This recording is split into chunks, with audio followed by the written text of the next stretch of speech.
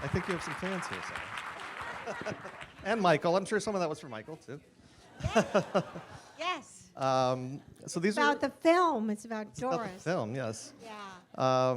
These are all actors we have here. So as an actor, what made you say yes to this role? Wow. Well, everybody here knows what. I mean, when it's such an incredible character in such an unusual story. Certainly, it's incredible for a woman at any time to get such a diverse character, but to be older and get something like this, and that it talks so much about what a ridiculous thing age is. You know, we're just human beings underneath it, and it deals with the age without really dealing with it. It really is a character study of isolation and moving on in your life, and which is true about the John character as well. You know, he also is isolated and trying to move on with his life. It's about two people that connect as human beings, and it's about a whole lot more. And it really is. I was up there talking, but it was Showalter's voice that was coming out. This is Michael Showalter's voice. And Michael, I've read that you've been a Sally Field fan your whole life, as we all have been. How surprised were you when she did say yes to the role? Oh my God! I mean, I'm still surprised. I am still totally can't believe it. Really, I mean, it's just beyond my wildest dreams.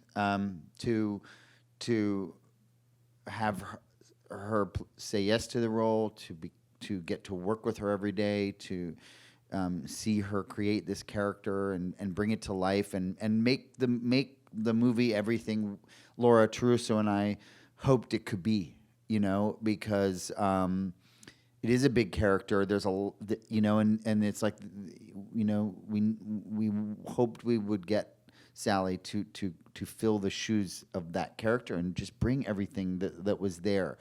Doris is funny. She's vulnerable. She's angry. She's wise. She's sad. She's sweet, charming, sexy, angry. She's so many things.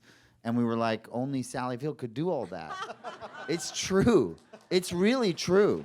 It's really true. And and so I really mean it. Like, I still can't believe she did the movie. I still can't believe it. I did do the movie. I know. There it I know. is. Oh, well, I don't believe it.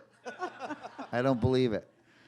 So how did you go about creating the character? I mean, let's just start with the look of the character. I mean, it's such a distinctive look, and you know, could have gone any number of ways. Yes. How did you decide to go in this? Well, I work probably like most everybody in this room.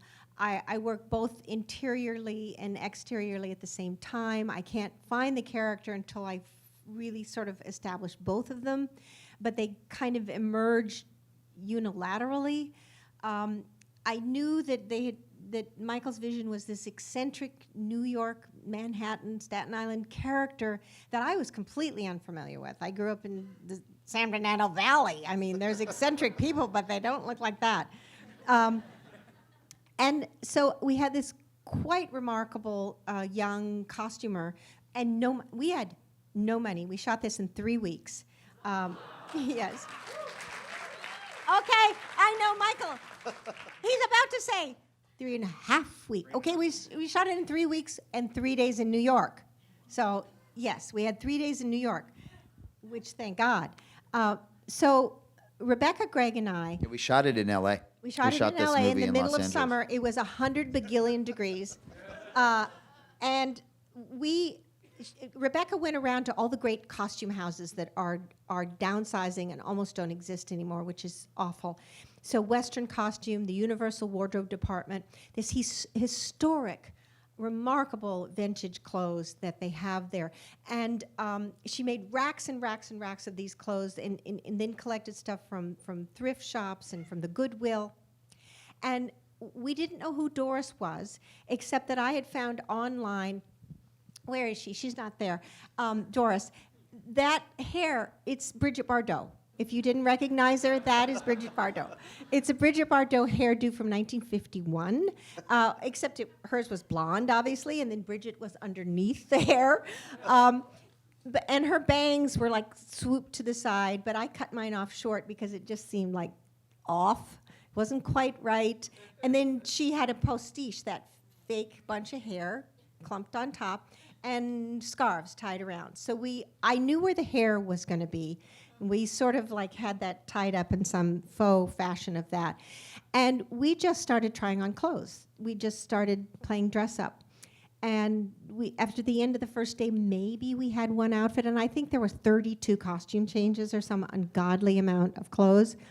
And honestly, it was kind of miraculous. By the end of the third day, Doris had just sort of risen out of this pile of old clothes. I mean, all of a sudden, she just kind of appeared there. Little by little, I started to feel who she was when we put on this skirt and this blouse with these tights and those shoes and the thing. And I started to feel who she was. And I was also piecing together the interior that Michael and I were creating together. My constant, asking him, well, what about this? If she was this and that, where's her father and who was her thing? And trying to piece together the borderline personality that she really was. I talked to psychiatrists, psychologists about hoarding issues. I mean, what is that syndrome? Where does it come from? And that it does have registers on the spectrum, like autism, that there can be all the way at the 10, or you can be in a lower register. And we figured that Doris was on a lower register, and that probably a lot of it was influenced by the domination of her mother, that we figured it was a very dominating influence, and that when her mother was there, Doris turned interior and tried to be what her mother needed her to be, and probably her mother was more of a hoarder. So we actually, it's not in the movie anymore, but we actually, the Shot original the cut, mother, yeah. original cut of the movie, you actually get to see Doris living with the mother Yeah. for a while, Yeah. and just what she says to the, we see her giving the mother a bath, Yeah. we see her get the mother out of bed, we see her and the combing domination the mother's of hair. that character that the mother was sweet and nice, but you see Doris turn her interior emotional life inward. It doesn't exist anymore, and probably she was predisposed for who knows what reason to be that way anyway. So when we meet her, that rug has been ripped out from under her, and life is offering her a change. And to me, it's what the film is about. Always. We are all always becoming. We are all always coming of age, no matter what age we are. And that's what it's about to me. And yeah, it's a comedy with some very serious moments. Yes. But how do Yes. you kind of ride that line? I mean, you want Doris to be funny, but you don't want the audience to be laughing at her. You want it to be sympathetic. I mean, how do you kind of gauge that as you're going through the film? I mean, obviously a lot of that is Michael's job, but Totally, it was Michael's job. Totally. I mean, my job was to root her absolutely 100% in something real. Even when it was highly comedic, to have it highly comedic, but rooted in some real emotional land that could live on her. But it was Michael's job absolutely to say that worked. It blends. I was always saying, how are you going to put this together? I don't understand how this goes together. But it was also, and I think a lot of it is in the Max Greenfield character and John and their relationship, and the way John, that character needs to be, because he really likes Doris, and they have a very authentic connection, and he needs to be sweet and nice without being dumb. He needs to be kind of manipulating her without realizing it or meaning to. And I'm hoping, because it's how I feel, the audience is identifying with Doris. The audience is in her shoes, knowing what it feels like, I certainly do, to have a crush on somebody that seems a little, unattainable in some way, but then they notice you and they're nice to you and all these different things. And we've been talking about the movie, and it really is a lot of different things. So there's all these different pieces to it, but we never wanted this to be any kind of a thing where we were laughing at this character, and we were aware that that was a possibility.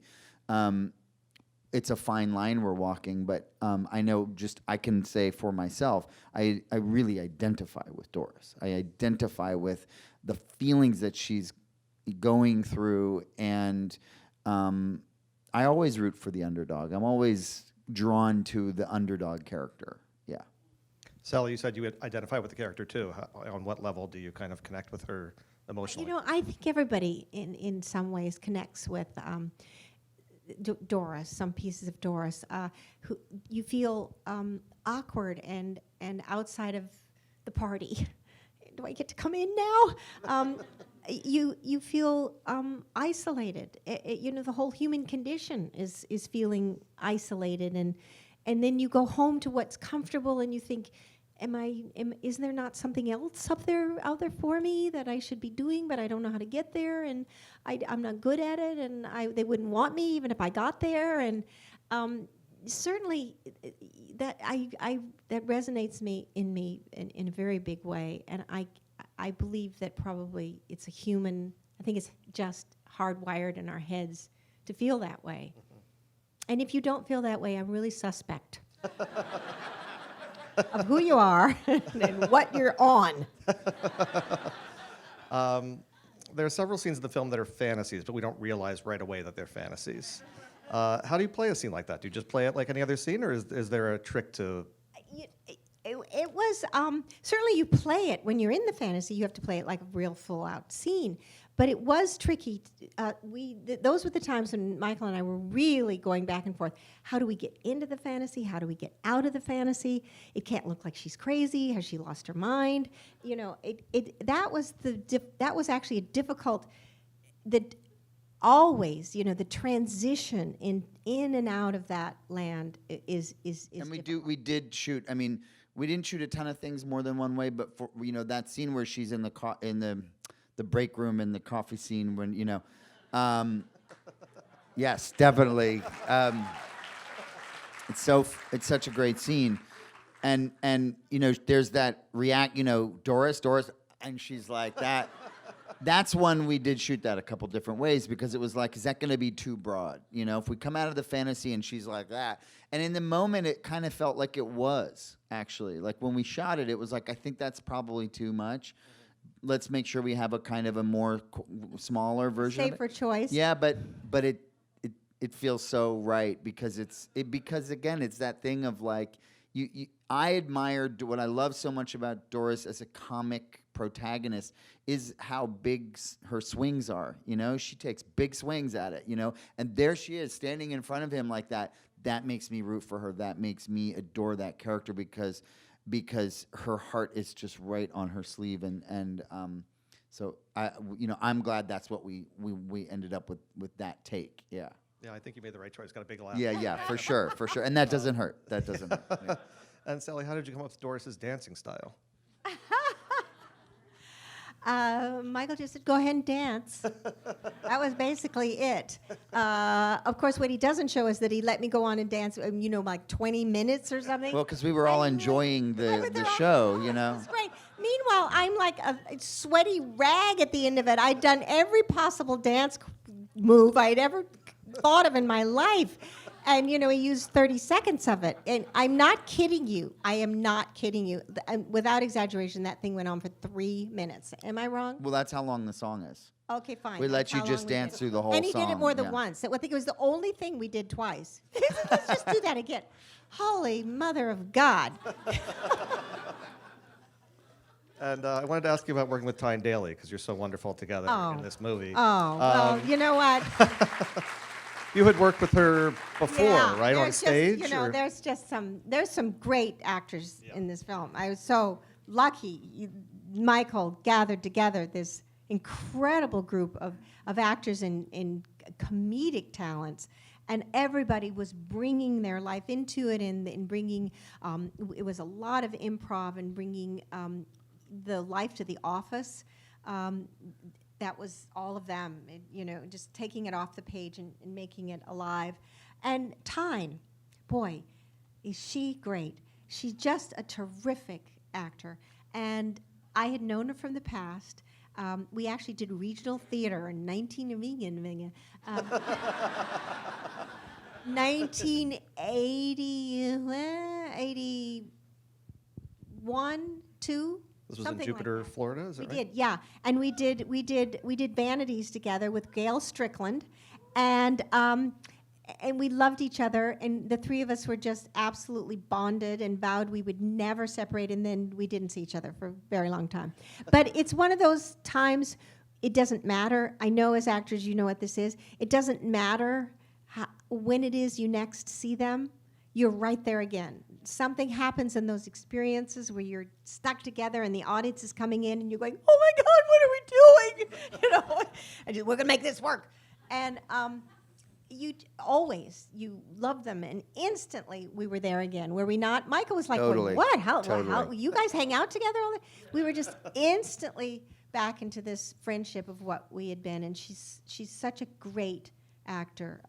It was so much fun to be with her. Yeah.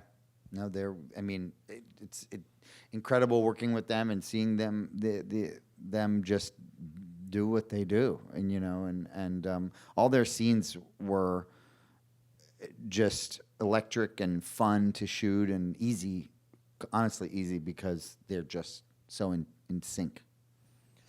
You've done a lot of different things, Michael, but a lot of what you've done has been working with the same core group of people that you've known since the state. Yeah. Going back to that time. Do you approach it differently when you're working with an actor like Sally or an actor like Tyne, who's... Well, every actor is different. The actors themselves are, Really? you've gotta kind of adjust to the different. So yeah, definitely yes. For sure. Some actors, don't do as much, but for me, it's like I have a sip of coffee and I clear my throat and I'm in character. It's like a sketch comedy thing. It's like put on the hat and I'm the cowboy. It doesn't, and then there's no thought to it, And when you're working with more serious actors, you got to respect the process there. There's a whole process involved, and I want to be as supportive and helpful, and kind of find my way in. Just kind of trying to find my way in. Sally and I had a very close relationship, and really, worked together to do this thing. And Tyne, kind of had. I think for us, it was a little bit more of a you're gonna tell me what to do. Really, kid, you're gonna tell me what to do. Sorry. And it's just different with everyone you work with. It's different. And was it a different experience for you, Sally? You haven't done a lot of low-budget indie films in your No, career. I've never done a movie with that costs less money than one episode of Brothers and Sisters. It was actually fabulous. Other than the fact that nobody gets paid, which is what it is, but the fact that it was really everything was fly by the seat of your pants. And that Michael just said, he and I were like twins separated at birth. And as actors in the room, and I don't know if there's directors in here, he was the most divine director, really. Because he was so inviting and allowing, but still he was a voice. He still said, that's it's off. I don't know. Try it again. Rarely could we try it again. We didn't have enough time. But I knew he was there. I knew his sense, certainly his sense of reality and his sense of comedy would never let me down, because it got so broad so many times, and it was his voice going, yeah, we're there, it's good, we're there, and that just gave me strength to just go and do. Just knowing he was never looking away, he never left the set. He was absolutely within a hair's breadth away. It wasn't like he was located, like big high-budget movies, you're located, hello, is there a director anywhere around? And so in that way, it was almost like stage. You're just there, and it's alive, and it's now, and there's no time to think about it, and you can't be precious. Just get up and do your work. Yeah, I think about the scene where it's funny. We talk a lot about the less comedic stuff because I think in a way, for me anyway, that's I don't want to say this flippantly, but that's the easy part for me. The comedy, it was always going to happen. It's the more dramatic stuff, the more bittersweet stuff that was the stuff that I had not delved deeply into, that I knew Sally was so capable of. Were we going to pull those scenes off? How was that going to be? You know, the scene where Stephen Root and when they come to her house and she has that incredible breakdown. I mean, that really was a scene where, I mean, I like to, when I look at the movie now and, you know, she's having that incredible breakdown, there's a camera 2 inches from her face, you know, and that's where you just marvel at the experience of like, you know, I don't know what's going through your mind, but there's a camera right in her face as she is creating this insane moment. And for the other actors in the scene and all of us, it was like, whoa, you know, like, what's going on? It was scary. And because it was so real. And it kind of like upsetting. It was upsetting. I'm sorry. I'm reliving it. It was upsetting. It was upsetting. It wasn't like, oh, this is exactly, oh, okay, we're about to shoot this scene and we all know exactly what it's going to be like. It was not like that at all. It was like, whoa, that just happened. And Sally was, didn't do this all the time, but on this particular instant, kind of like pacing around, clapping really loud in between takes. Like really loud, and it's kind of made me realize like, oh, we gotta like we can't like relax right now. We gotta keep her in the moment, and so it was like to everyone in the set, it was like, don't talk, do what you gotta do, and reset fast because we're gonna do this again, but it was a theatrical moment because it was all about being very much get the cameras where they need to be. Everyone, you ready to go? Go, boom, and then she just does what she does. Yeah. I want to get to some questions from the audience, but I have one more quick question that we ask everyone at the SAG-AFTRA Foundation Q&As. Do you remember what role got you your SAG card? Would it have been Gidget or? I sure do. It was Gidget. Sure do. It was in 1964. No, wait. I was on the Taft-Hartley to do the pilot. So by the time the series started, it was 1965. So it was 1965. Do you remember the feeling of getting it? Did you feel like I was kind of amazed. I was certainly amazed when I was hired as a professional actor. Whoa, really? And then when I got my card, honestly, always to the day I die, certainly to the day I die, I am so honored and proud to be an actor. I mean it absolutely to my core. Everybody who knows that, I'm the profession, the craft of it is astonishing and important to human beings to see stories told through other human beings. So I am proud to be an actor, always. So we have way too many questions to go through, but I'll try to get through a few of them here. Michael, how much of your films are improv based, and do you tend to choose actors that thrive in a looser structure? I would say on the scale of improv to not improv, thus far they haven't been like overwhelmingly improvisational, and people are always surprised when I tell them that Wet Hot American Summer has almost no improv in it. Doris, there was a little more, but it wasn't like a free for all. And a lot of that just has to do with that I don't have enough money or time to let the actors do it. I think that answers the question. Yes, absolutely. Sally, what was your most challenging day on the set, and how did you overcome the challenge of Doris? What was my most challenging day on the set? What was my most? Well, Baby Goya was really hard. Which one? What part? The concert. Well, the concert that was the one where like you had to like change your outfit. Remember, you were like your costume was like a costume. Well, you know, it was that was hard only because it was so incredibly hot in there. I had a hard time with the heat. Yeah. I was having a heat issue. It was I mean, I'm not kidding you. It was the middle of summer. There was no air conditioning. There were the blowers, you know, the big tubes, you know, the worms were nowhere to be found. The worms. It was about 800 degrees in the room. We're all dancing around, and I'm an older person. I thought I was going to drop dead. At one point, I said, guys, I am literally, I'm going down, boys. I did say that many times. But then I kind of like was feeling a little awkward. Kissing was fine. It was awkward when I was on his, you know, he lifted me up on his neck. I was like, really? Okay. And we're all, I mean, everybody lost about 5-6 pounds. Did you not? Not me. I wish I I did. can't answer on that one, you know. But it was really unbearably hot. That was the only issue in there for me. Sally, from which project or projects do you feel you've learned the most as an actor? You know what? I don't know. I think that's the kind of information I will be able to ascertain when I'm on the porch drooling in a cup.